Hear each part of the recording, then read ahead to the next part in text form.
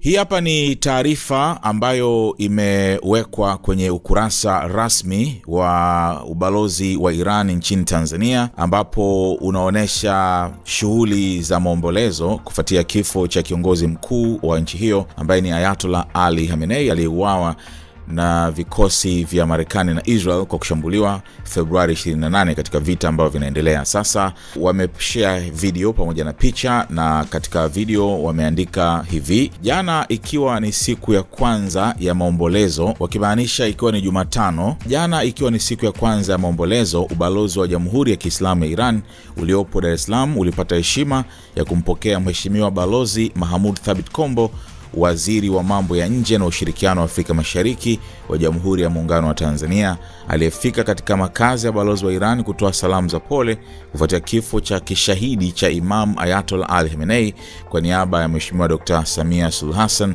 Rais wa Jamhuri ya Muungano wa Tanzania. Ubalozi wa Iran Tanzania unatoa shukrani za dhati kwa serikali ya Tanzania kwa ujumbe huu wa faraja na mshikamano mkubwa uliotolewa katika kipindi hiki cha maombolezo.